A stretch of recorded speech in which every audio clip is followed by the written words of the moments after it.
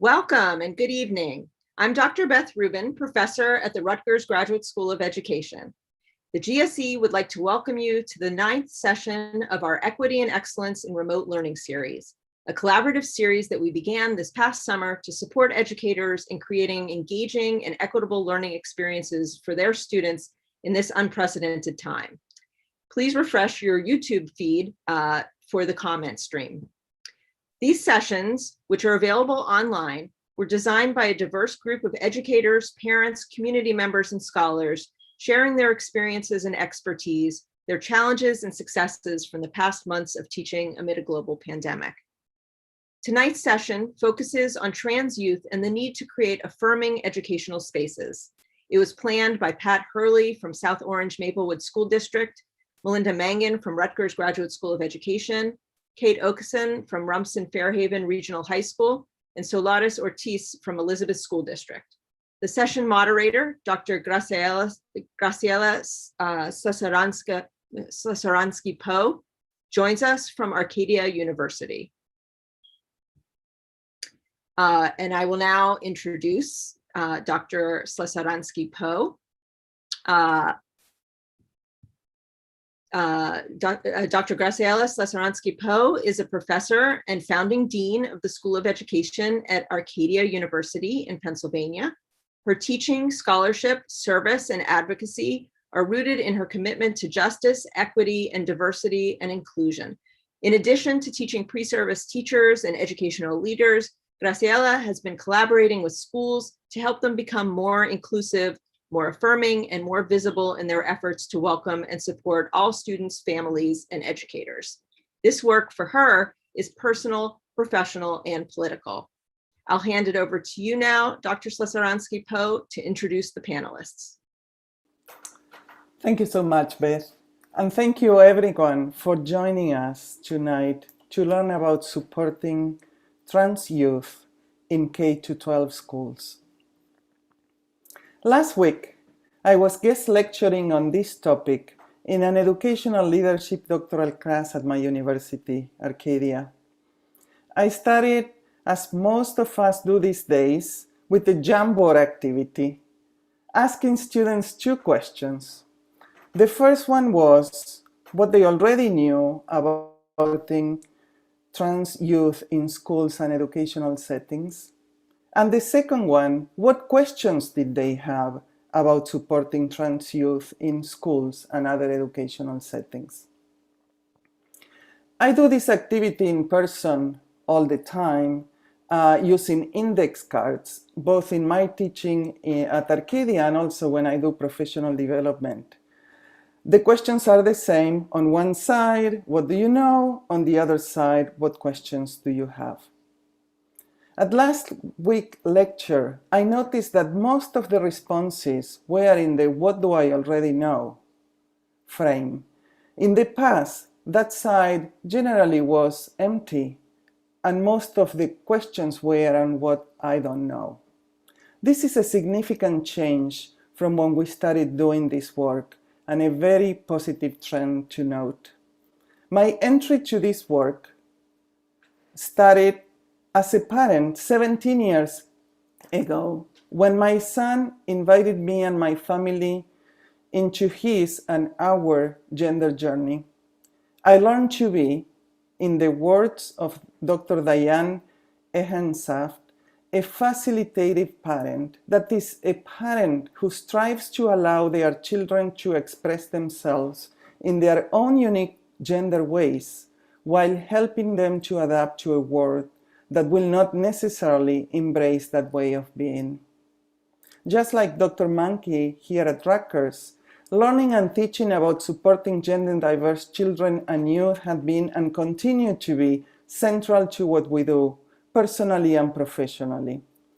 Guided by our own kids' needs, well-being, and happiness, we turn to our children's schools to co-imagine, to co-create more inclusive, more affirming, more supportive gender spaces. This work has become a central part to our teaching, scholarship, and service. I had the opportunity to document the work I was able to do with my son's elementary school many years ago. And there is an article that will appear in the resource center called, "Is this the right school for my gender nonconforming son?" And that was co-written by our guidance counselor and the principal. So much progress has been made in these 17 years, much in part due to our own children's courage, honesty, and persistence in not giving up on us, in continuing to teach us to see them and accept them and celebrate the way they are. Some of that progress has been documented by Dr. Melinda Manji's book. Here it is, called Transgender Students in Elementary Schools, Creating an Affirming and Inclusive School Culture. There are so many reasons why engaging in the classroom and school level practices that affirm trans and gender expansive youth needs to be done. According to a very recent Pew Research poll published a year ago, ideas about gender are rapidly changing in the US, and Generation Z or Gen Z are at the front end of those changes. By the way, Gen Zers are our current K-12 students and our college undergraduate students. According to the study, Gen Zers are much more likely than those in older generations to say they personally know someone who prefers to use gender-neutral pronouns. And Gen Zers are by far more likely to state that when a form or online profile asks about the person's gender, it should include more options than just women and men. A question that some students posted last week on Jamboard was, where do we start? Tonight, we will hear from educators and advocates who will share about their work and advocacy. They have been in the front lines of supporting gender expansive and trans students to create gender inclusive and affirming educational spaces. As you listen to their stories and experiences, I want to invite you to answer that question for yourself. Where do I start? And if you have started already, where do I go next? What supports and resources do I need to do this work? As I mentioned, today we have 4 amazing panelists who will share their experiences working with trans youth in K-12 settings. Tonight, we are joined by Ann Bodner from South Orange Maplewood School District, Dana Monshagen from Ramson Fairhaven Regional High School, Izzy Boyce Blanchard from the School of Visual Arts in New York, and Denis Hill from the Youth Rise program at Passaic Community College. Following the panel, we will have the panel presentations. We will open the floor for questions and answers and for a discussion. Our first presenter is Ann Bodner. Ann's pronouns are she and her. Ann is the former elementary teacher and principal and is currently the director of curriculum and instruction for the South Orange Maplewood School District. Ann is a SEED facilitator seeking educational equity and diversity and has worked with several educator groups on issues related to gender, race, and sexism. And with that, I turn the floor over to Ann. Hello, thank you, Graciela. Hello, everyone. I am Ann Bodner. I am currently the Director of Curriculum and Instruction at the South Orange Maplewood School District, although most of my work has been focused on the elementary level for the past 23 years. I was a 5th grade teacher, an assistant principal, and a principal, all at the same school. So during my early years in my career in education, I truly did not have a deep understanding of race, gender, or sexism. I just knew that I loved my students and their classroom needed to be a safe environment in order for them to succeed. We made many decisions together as a community, especially ones that affected them and their day-to-day life at our school. If our classroom had that foundation, I knew learning could truly happen. When I became an administrator after 9 years of teaching, I had so much more influence on the school environment. I often pushed my teachers to think about how they ran their classrooms and disciplined their students. I always said that a student who was labeled bad was just trying to say something in an environment that they had absolutely no control over. And it was our jobs to figure out what was wrong. With that in mind, I had a student, Trey. He was what many teachers called angry and mean. They thought he could beat up anyone, including them. And if pushed, he probably could. I saw Trey as someone who needed a break, needed someone to listen to him, someone who didn't judge and who could help him process what was going on inside of him. Recess was the worst for Trey, as is for many kids who have some big emotions going on. He always got into arguments with kids at lunch and the aides who cheated at Foursquare, which is a huge game in elementary school. He felt the kids ganged up on him, and the aides always backed those kids by ruling against him in judgment calls on the play. And I'm pretty sure he wasn't really misinterpreting these actions. Trey would lose it and get so angry at his classmates and lunch aides that he would walk off when he wouldn't feel like he was being heard. And then I usually was called and tried to get Trey. He would go to the back of the school and just sort of like pace around in the circle on the back track. I would usually walk behind Trey about 20 feet, not saying a word, just following him. And eventually you could see his shoulders relax and we could have a real conversation. I would just let him talk. No punishment and definitely no suspensions. So as an administrator, discipline was probably the hardest thing that I had to change in my school as an administrator. There was a huge culture of suspension and I did not believe in it. Teachers, on the other hand, felt that students should be kicked out and sent home if they had big behaviors. It was years until teachers finally realized I wasn't sending them home and that we had to figure out together how to work with our students who had these big behaviors. They truly thought Trey should be suspended week after week. But eventually we did get Trey to a position or a place where he could come to my office to calm down. He knew it was a safe place. Years later, it was in high school. A close friend of mine is a PE and health teacher at the high school. He knew Trey and became a support system for him. I found out that during high school, Trey came out as a trans young man and became a part of a program called MAC Scholars, Minority Achievement Community. This community is a group of students who supported one another academically, socially, etc. through high school. Trey was figuring it out. One day last summer, I was sitting in my car waiting for someone, and all of a sudden I saw Trey walking up the street. I hadn't seen him in many, many years. Had the same face from 5th grade all the way to a high schooler now. I jumped out of the car and yelled his name, and I could tell he was surprised that I knew he was Trey. He told me that he was walking home from work as a waiter at a retirement home in Maplewood, and that he was making as much money as possible because he was starting Rider University this fall. Many of the teachers, probably in elementary school, who knew Trey would not see him going to college. So just a little bit moving fast forward, years after this, I started my career, I decided to do the real work. And I attended SEED New Leaders Workshop. SEED stands for Seeking Educational Equity and Diversity. That training changed me and my lens, not only as an educator person.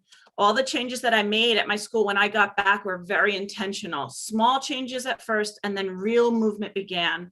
We started faculty meetings saying our pronouns. Classes had mandatory restorative circle time where I gave them topics to talk about, safe at first, and then topics that allowed people to really connect and understand each other. On the first day of school, students would say their pronouns. If there was a new student in the class, they would do it again. Each classroom had a classroom identity audit where we ensured that students saw themselves and their families in the books they read and the artwork that was around them. As I did the work, the school began to change. Rafa, my selective mute student, who at the time identified as gender nonconforming, didn't have to wait to go home to use the bathroom because she went to the nurse's office to use the bathroom, along with the kids who were afraid of the toilet flushing, just those kids who just felt more comfortable in a one-room bathroom, or just needed a regrouping session with the nurse. No one questioned or wondered why she was using the nurse's bathroom. Normalizing something that was not normal for many was my true goal. I found that the best thing I could do. Excuse me, Anne, sorry, 2 more minutes. Okay, thank you. I found that the best thing I could do to move teaching practice forward was to model what I wanted to see. My students always had a voice with me, and I showed that to the teachers. My office was a safe place for students to come to, whether they were mad, made an accomplish, or needed to just take a break. Teachers then began to create their own safe spaces in their classrooms that were just for that, taking a break or needing a moment with the teacher. Teachers no longer used boys and girls when referring to students. We used friends or scholars. Faculty meetings changed to focus on social justice issues, identity, and equity. Teachers were talking to each other and beginning to examine their own identities. Lesson plans began to change. I had teachers show the connection in the lesson, had teachers show in their lesson plans the connection to identity, equity, and social justice every lesson possible. It could be the book that they chose to use to model a skill, or a character used to model in a writing piece.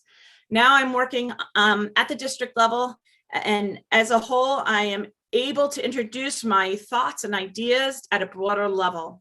Our curriculum template now includes a section that shows the unit's connection to equity, cultural competency, and diversity. I help plan equity professional development and serve on our district's affirmative action committee. My hope is that we will begin to see more schools and classrooms that are safe places for all students to take risks and learn. Thank you. Thank you, Anne. Our next presenter is Dana Monshagen. Dana's pronouns are she and her.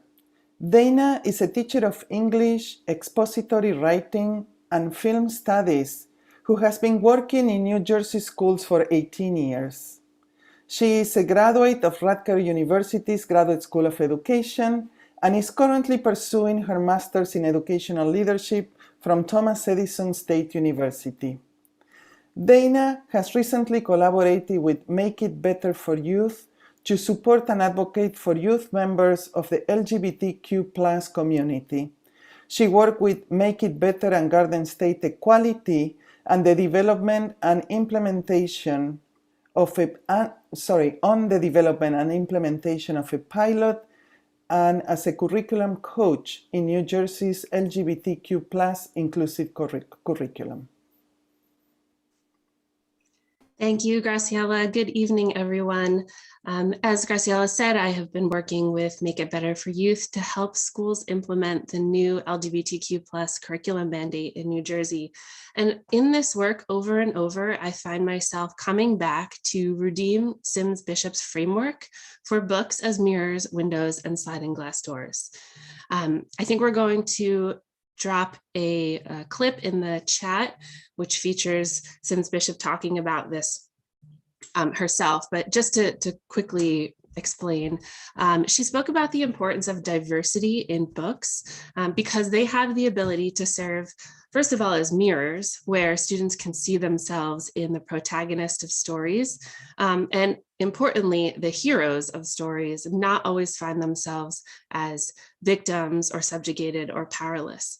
But at the same time, books also have the power to serve as what she called windows or doors, which is to give students access to other perspectives and potentially to step into other people's experiences. I think many of the panelists tonight are going to speak to the importance of these mirrors and the support that we need to give often marginalized identities. But I would like to use my time to place some crucial focus on the windows and doors and how to lift up and validate those marginalized perspectives to the students who get plenty of mirrors and privilege already. So in going back to Graciela's question that she posed at the start of the presentation, which is where do I start? Or if I've started, where do I go? I don't know where you're all at or what you've already tried, and I can only assume that there are a variety of educators here with different levels of experience in different subjects or different fields. So I thought the most helpful thing that I could do would be to offer a range of different approaches to this inclusive work that I've tried in my own classroom, with varying success, of course, ranging from a sort of philosophical notion and the kinds of things that guide my practice in general to curriculum changes that would need more, support from administration.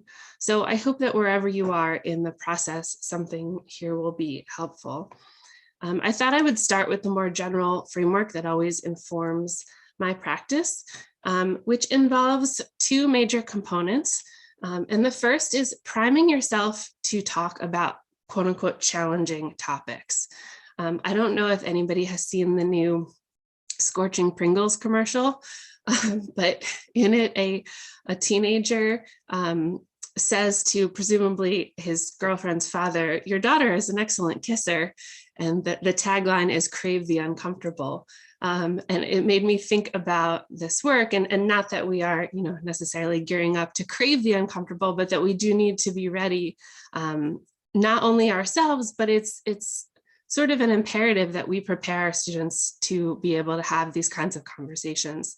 I don't have too much time to talk about it, but I want to recommend an excellent TED Talk from Liz Kleinrock. She talks about how to teach kids to talk about taboo topics. And again, I think a link to that will be put in the chat.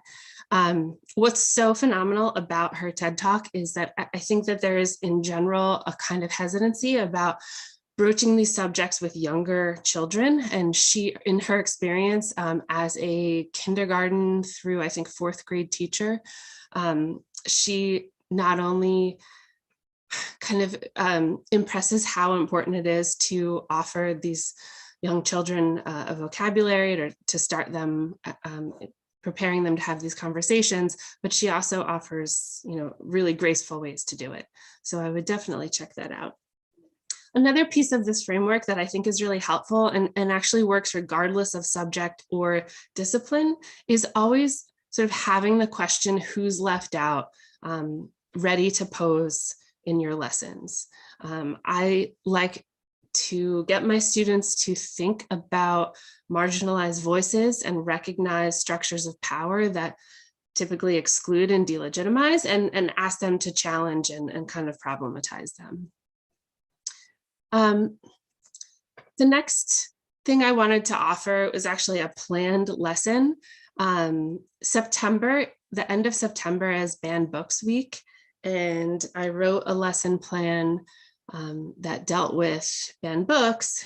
I was doing some research about banned books and challenge books in general and found that 8 out of the 10 books that were most banned in 2019 were challenged or banned for LGBTQ plus content.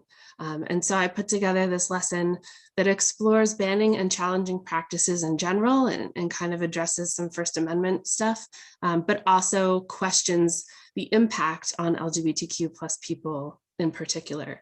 And there will be a list of resources available to you after this presentation is over, and the lesson will be linked there. The third thing I wanted to offer is not, I think it's something that we in the business call a teachable moment. And the reason I wanted to talk about this is because I think sometimes it can feel like this work is, really big and that we need to, find a lot of support and resources, and we do, but I think there are also really small moments where we can fill our classrooms with this kind of inclusive work. So I teach senior English, and we were reading Chimamanda Adichie's Americana, and we paired that with her TED Talk, We Should All Be Feminists. And it struck me as we were listening to this TED Talk that it actually sort of focused on some somewhat troubling binary discussion about gender and masculinity and femininity. And I wanted to find a way to kind of collapse that.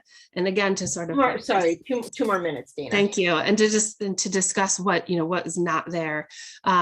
And so I did some digging, and I actually found some articles about how Adichie had come under fire for comments that she had made about transgender women in terms of feminism. And so I printed the article and handed it out, and the next day we read it. And I kept the lesson pretty much the same, but added a set of questions to the discussion that we would already have about the TED Talk to kind of open up the discussion and get the students talking about and bring attention to, those voices that get left out.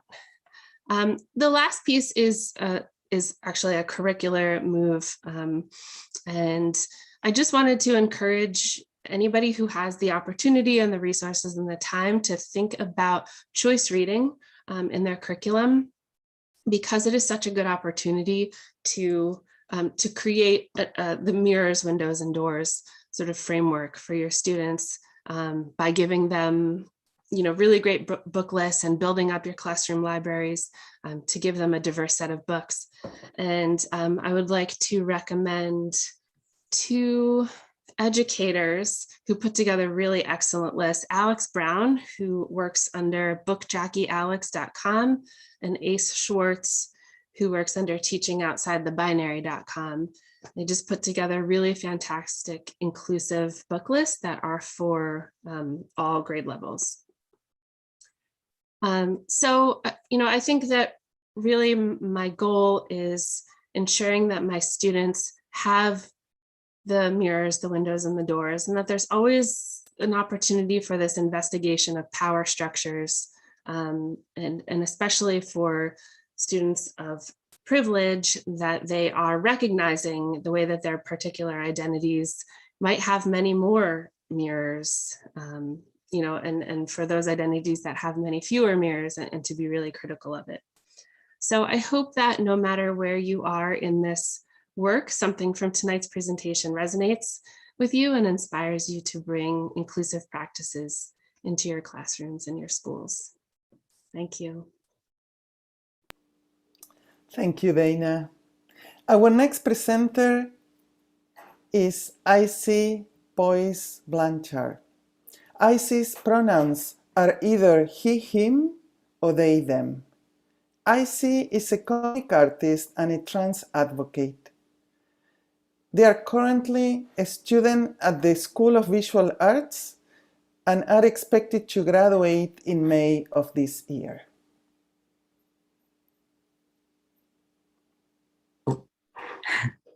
Thank you, Graciela. My name is Izzy. I'm currently a college student, and I'm also I'm one of the members of the Gen Z generation. So I came out as transgender in high school, and that involved telling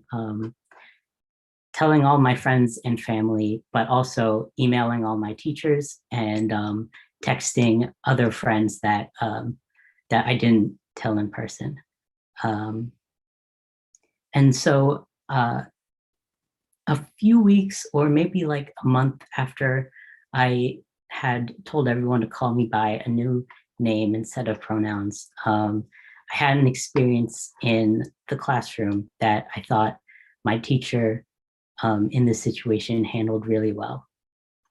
It was at a school band practice, and we were a small group, and a lot of people in the band were my friends. One of my friends was trying to get my attention, and so he called out my name, but he called out my dead name, which is that term means the name that you used before you came out, like your old name.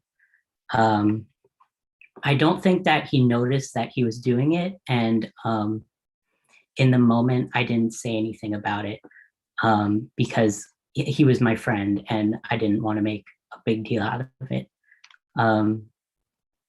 At the end of practice, my band teacher came up to me and he said, hey, can I talk to you in my office for a few minutes after class? And at first I was like, oh no, because that's what you think when someone says we need to have a talk.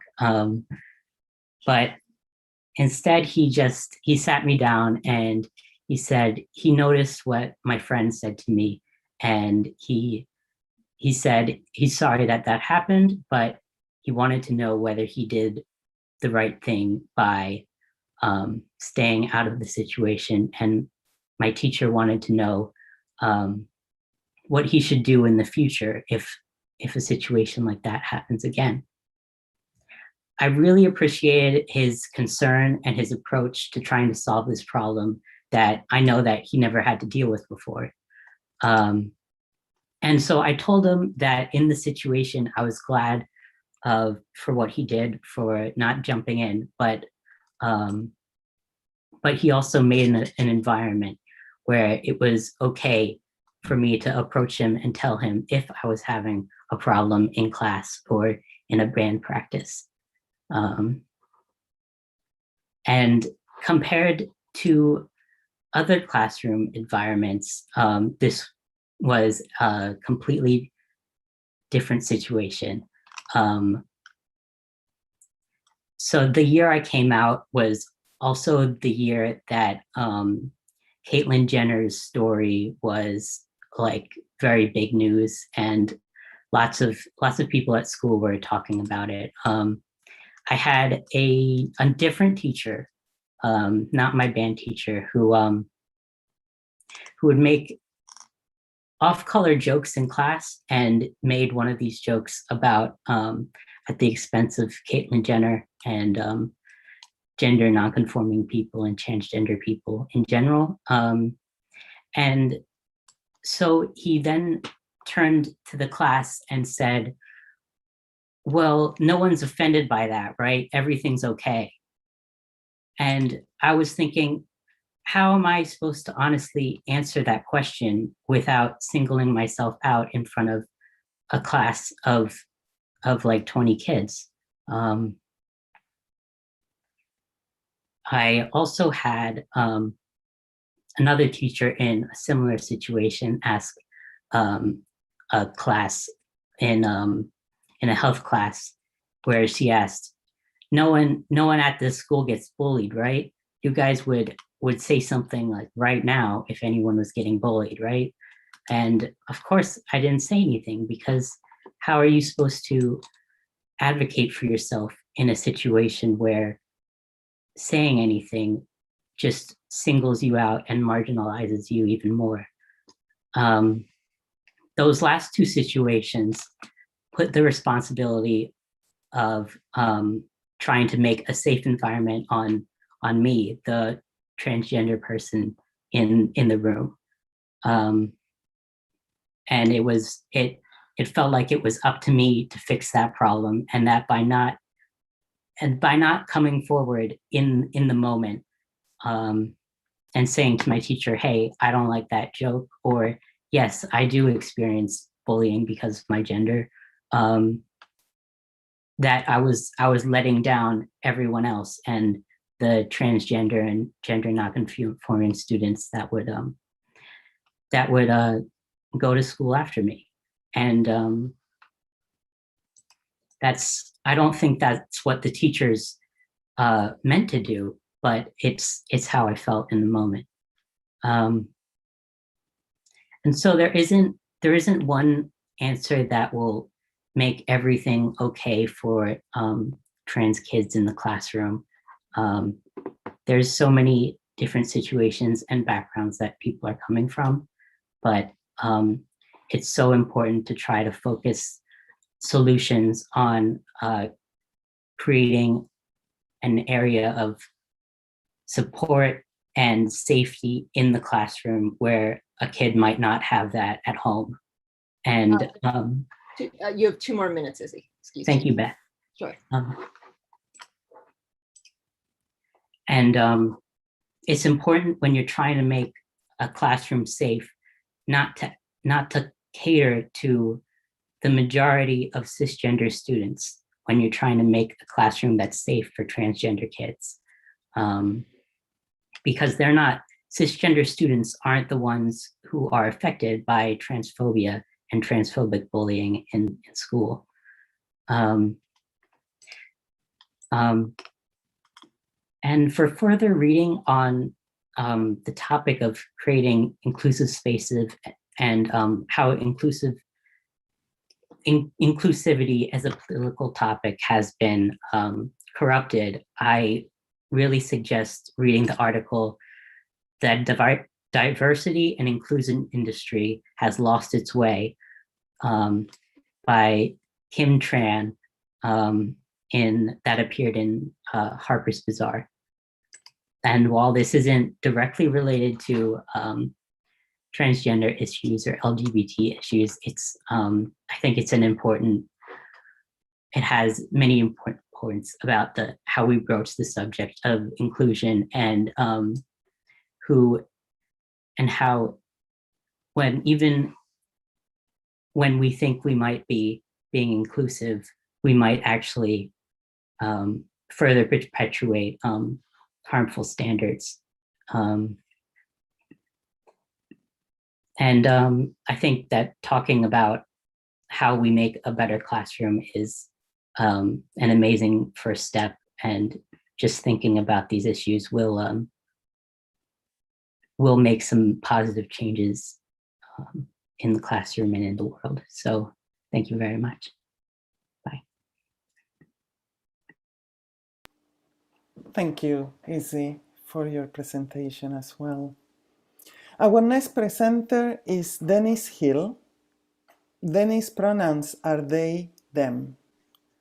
Denis is a lead educator at the WIOA Youth Rights Education Program at Passaic County Community College in Waunakee, New Jersey. Denis also works as a curriculum writer and instructional coach with Make It Better for Youth organization at Monmouth County. Denis worked as a curricular writer with Make It Better for Youth and Garden State Equality on the development and implementation of a curriculum pilot for New Jersey's LGBTQ+ inclusive curriculum legislation. Thank you, Graciela. Good evening, everyone. I think a lot about community, solidarity, and care in my relation with the world. I'm sure that much of that is because of the hierarchical systems of power that marginalize, exploit, and extract from so many are constantly at work everywhere in the background. These oppressive systems are a constant factor in the daily lives of people who are marginalized based on race, gender, sexuality, class, and religion. The behaviors these systems need to thrive have been conditioned us over time. So many of us think them as normal, all while they continue to do harm daily. When I consider the very real need to create affirming educational spaces for trans, non-binary, and other marginalized youth, I think about how a more expansive understanding of community, solidarity, and care is foundational in developing and maintaining durable and comprehensive networks of belonging. Educators are tasked with the creation and maintenance of communities within our classroom spaces, but often the educator's community framework or ideas for what community might be and contain are at odds or in harmful interrogation of the existing communities students come into our classrooms belonging to. In a small alternative school where I taught high school social studies, I repeatedly experienced students flipping the classroom in their creation and maintenance of a community that was very supportive of queer, trans, and non-binary students and whatever their presentation at the moment and lived experiences were. They are from every neighborhood in Elizabeth and a multitude of backgrounds, but each of them to some degree realized that there were extractive and exploitative systems playing a constant role in the background and sometimes foreground of their daily lives. I think their realizations, which we quite frequently struggled with in conversation, led many of them to understand that care is a constant practice you do with others. The cues I took from the acts of care and solidarity I witnessed greatly influenced my personal understandings and desire to exist within a spectrum of gender and sexuality, not as it is prescribed by systems of power and subordination, and those who are aligned with their maintenance for personal benefit. How do we make the invisible visible? I've been asking myself that question ever since I stopped internalizing the constant marginalizing hum these oppressive systems let out as they control, exploit, and extract. What does care look like? What does thriving look like? What does solidarity look like? What does resistance to hierarchy and oppression look like? I've come to a point where I think the creation of affirming educational spaces is directly connected to the development of an understanding of the distinctions between caring for, caring about, and caring with. Moving from ally to accomplice, from charity to solidarity. It's an ongoing practice of sitting in community and struggling with ideas, problems, and not knowing.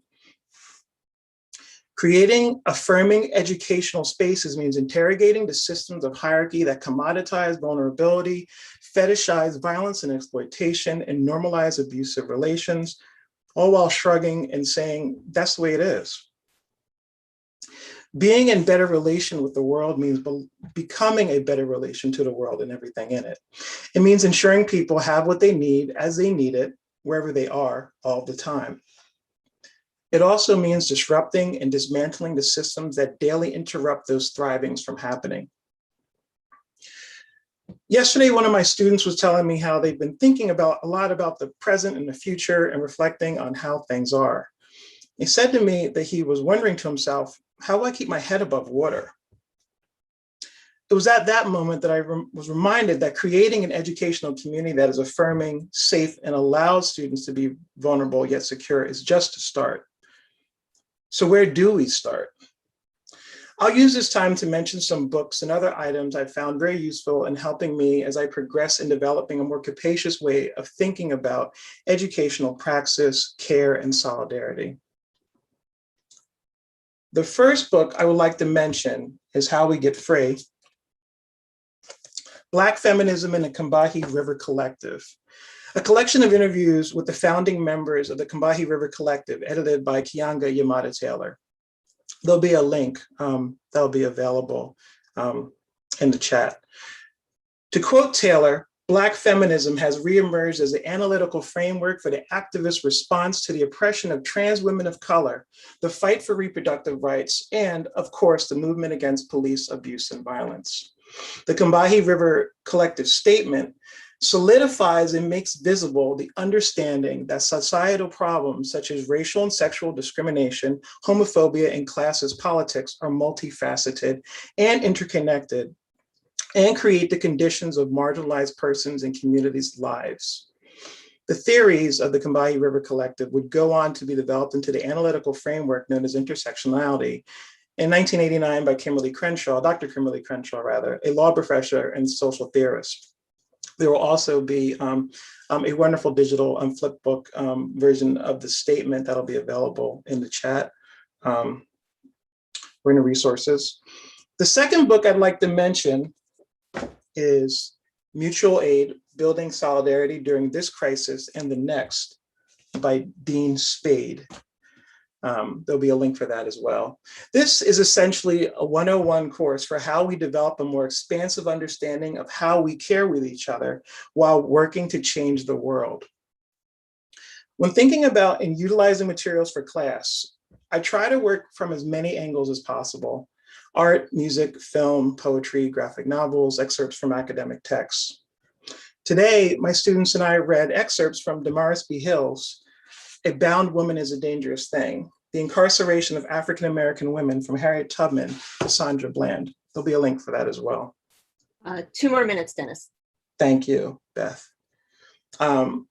We coupled that along with the young adult short story Pact, which was written by Lammy Awards finalist Mark Oshiro, and there will also be a link to that. It's a wonderful short story, and it's from a great anthology, young adult anthology series called Foreshadow. Our conversation afterward carried us through thoughts about the carceral state and dehumanization of confinement, its relation to confinement within arbitrary hierarchies and theft of youth and life, and of struggling with depression and the need to create pacts of critical care with others. It also carried us past our time and through lunch, but that's one of the few upsides to a virtual school day with some scheduling room and no different physical place to be at next right now. I'll leave you with a quote from the wonderful artist and educator, Sean Crawley, along with a link to an artist talk during his fellowship at New City Arts in January 2021 titled, "Otherwise is not a place, but a practice." I will surely be utilizing this talk in some way in a future class, and so it may be of interest to you too. Here's his quote. "A world in which we are all cared for and loved and carried in difficulty and struggle, a world in which needs are met and generosity and kindness are the primary modes of engaging with one another. Amen." Thank you.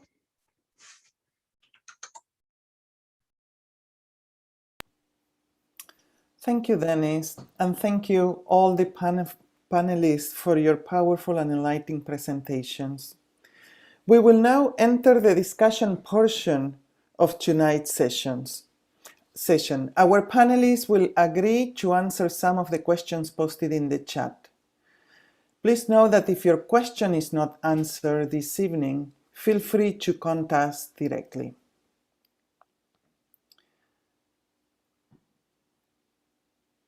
So we will bring all the panelists back. Great. And we have a first question. As a teacher, how do I recover from a misstep? For example, if I misgender a colleague or a student, what should I do to make it right? I can answer this. Oh, Izzy, sorry. you go first. No, Okay. You go first. I would say with misgendering, first of all, an apology, but then to quickly move on is also important, to not draw attention to it. Otherwise, that just draws attention to the problem again, and it might make them relive that moment and cause more problems.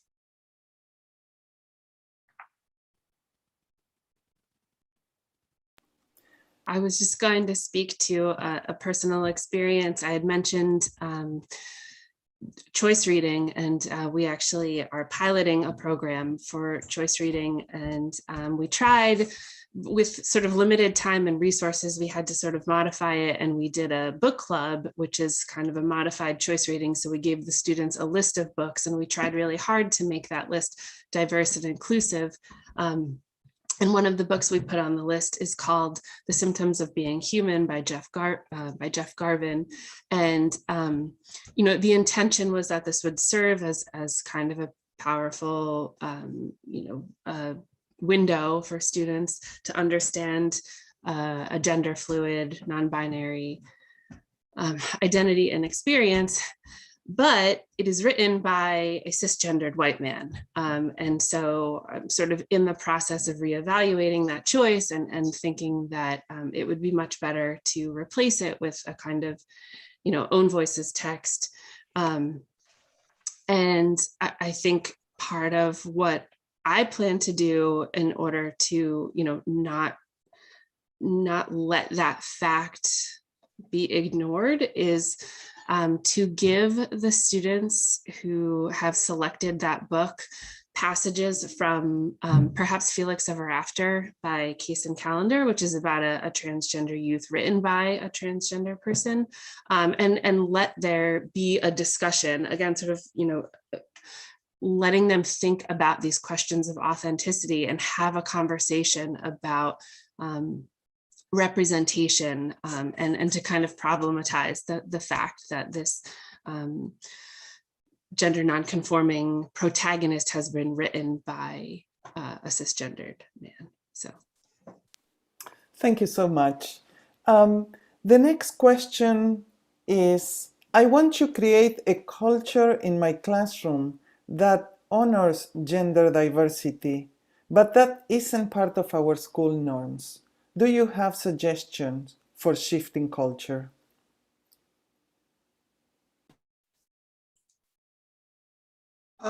Sure, I'll take a go at that one.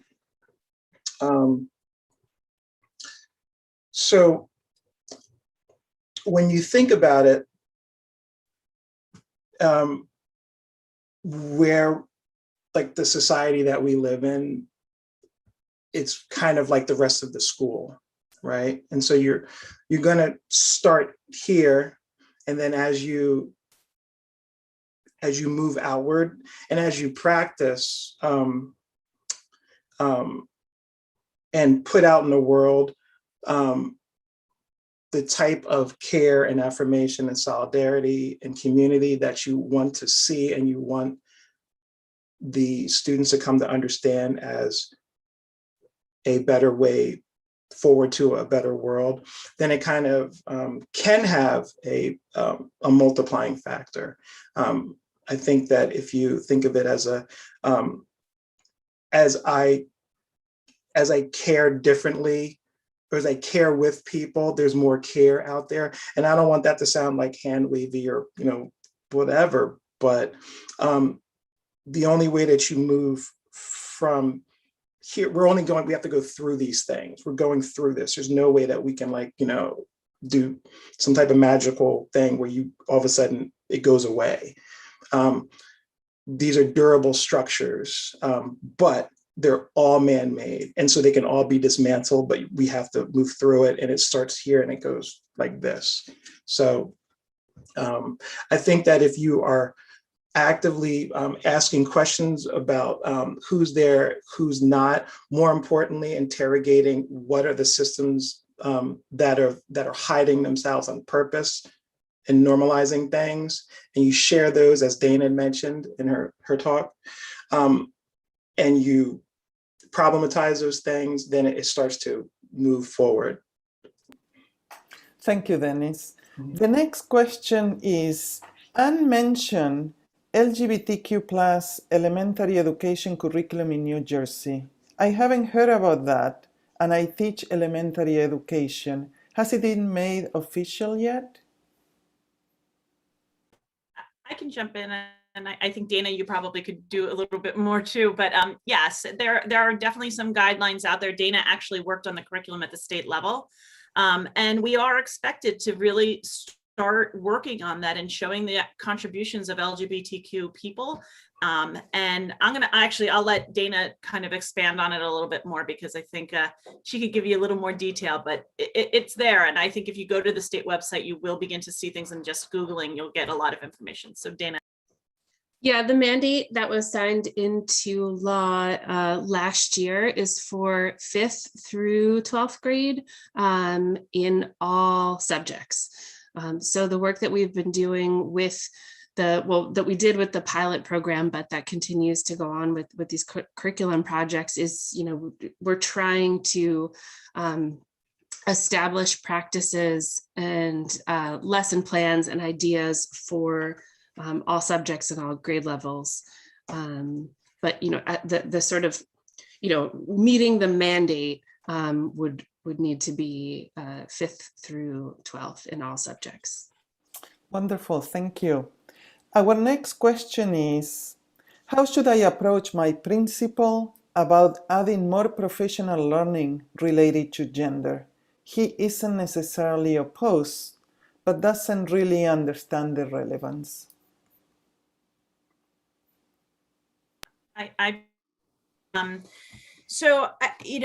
When I first was a teacher and I was kind of in this situation, and my principal wasn't necessarily on board either, I started within my own classroom, and I think that's really an important thing. Start making your own classroom a very safe place for kids to be. Make them feel comfortable, make them feel a part of something. Children at the elementary level especially just want to feel a part of a community. And I think that would be a great beginning. And then start having conversations with your colleagues. I know it seems weird to not just go approach the principal at first, but I think you need some people who kind of have, I'm sure, have like-minded thoughts that you do. So start having these conversations with your colleagues, maybe do a book study for professional development. Maybe you can sit and do that with your colleagues. If you find an article, that's great. I wrote down some notes of, responsiveclassroom.org and teachingtolerance.org are great places to just go for basic ideas and lessons that you can use within your classroom. And then I would start to say, then you can start to have a voice, and you have a few people behind you that might want to have this conversation with the principal. And as you get more comfortable having these conversations with students and teachers and your colleagues, maybe offer to kind of lead something, lead an article talk during a faculty meeting, so that the pressure is not necessarily on the principal who really isn't doing this work yet, but sees that there's a need. Because I think once you get people starting to talk about things and talk about identity, that's when you're going to see that this is important to people, and not because it's taboo, I think, in some ways, to just start talking if you're not comfortable with it. But if you make it normal and make it the norm of your faculty meetings or your conversations, then your principal is going to see that this is something that our staff is interested in, and we need to continue to do this work. And I think maybe he'll start to see his own connections with the work that you do with them. So, those are just the one other thing I would suggest. One of the first things I did with my staff is I showed a video clip of Danger of a Single Story by Chimamanda Ngozi Adichie. And that was a great, it wasn't a zeroed in on one particular identity. It was a very safe video to watch, to talk about different perspectives. So I highly recommend looking at that. And maybe that would be a great way to start with your faculty and with your principal. Great, thank you. I know, Denis, you wanted to add something? Oh, no, I wanted to answer question 4. Please. Okay. Let me read it first. Okay. Yes. This is the question we are discussing. Please go ahead. How should I approach my principal? They have changed. I'm sorry. Oh, it changed? Oh, okay. Because I was looking at we are working. We are co-creating as we go. So okay, the order has changed. Are they still interested in equity fatigue, or what do you do? Yes. Do you want to answer that one? Absolutely. Yeah. So let me find it and read it. This has been so inspirational. Thank you. I wonder how you build emotional reserves to do this work. My colleagues seem to be tired of hearing me talk about diversity and equity issues. How do you overcome that challenge of equity fatigue? Mm-hmm. There's some interesting conversations about equity, the extent of the ability to use equity.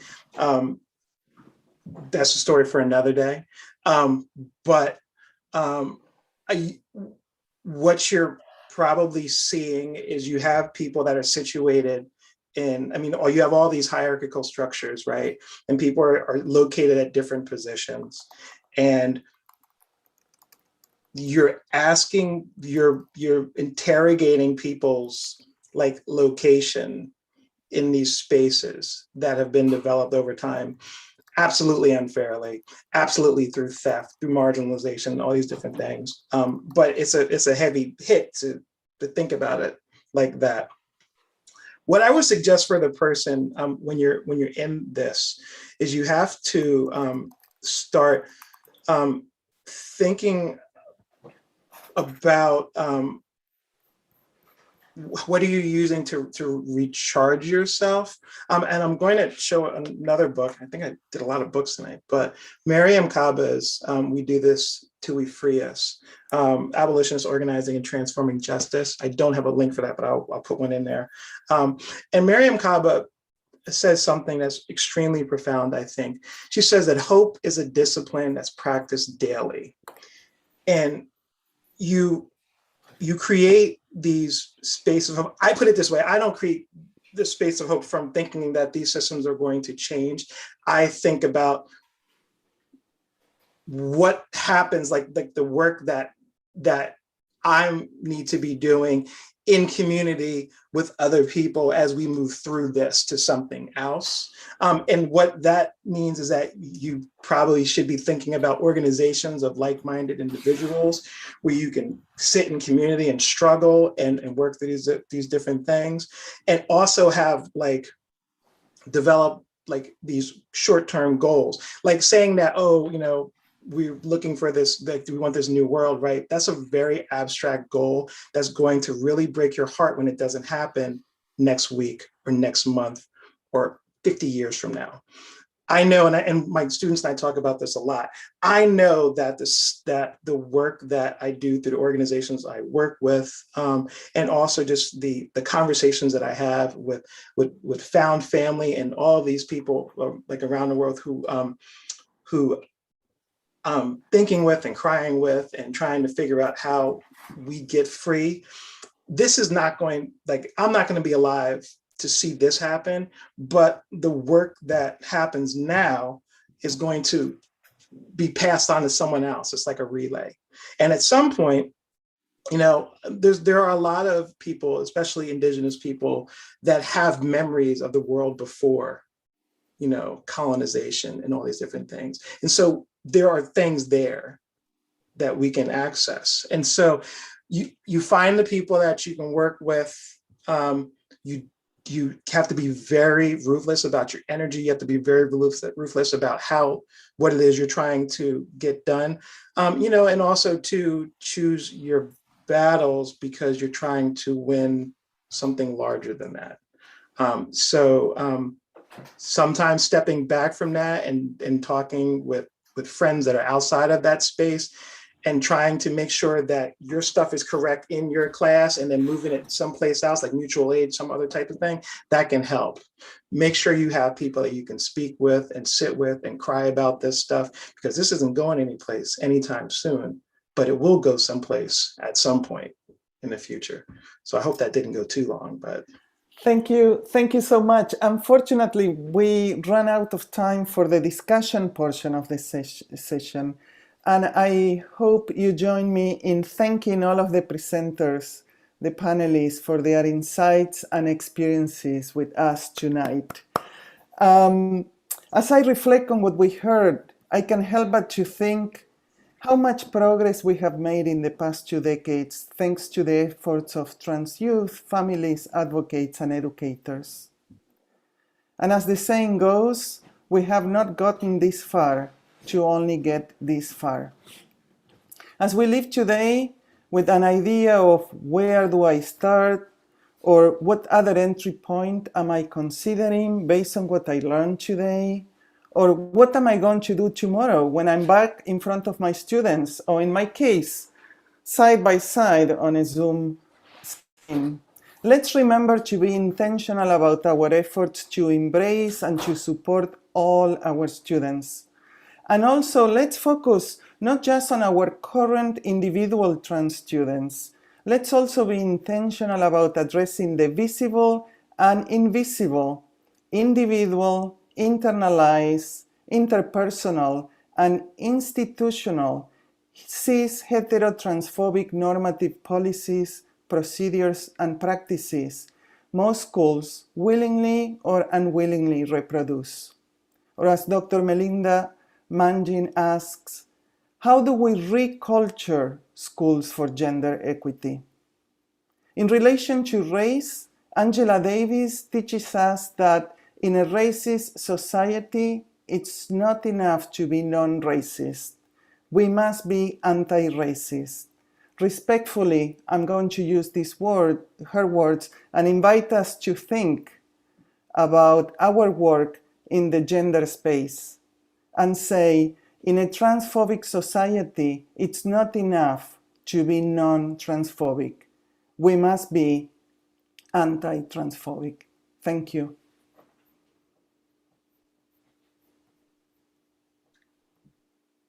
Thank you so much, Graciela. We are so grateful to our session moderator, Graciela Sasaranski-Poe, and to our presenters, Anne, Dana, Izzy, and Denis, for sharing their expertise and experiences and to all of you for joining us. Please join us next month for our final session of this ongoing series, Living Through Remote Schooling in a Pandemic, Learning from Youth Action Research. You can find links to a recording of this session, as well as all of the resources discussed at the link provided in the chat. And we'll also provide contact information for some of the presenters if you have questions that you would still like to ask. Stay safe, stay healthy. Thank you, and good night.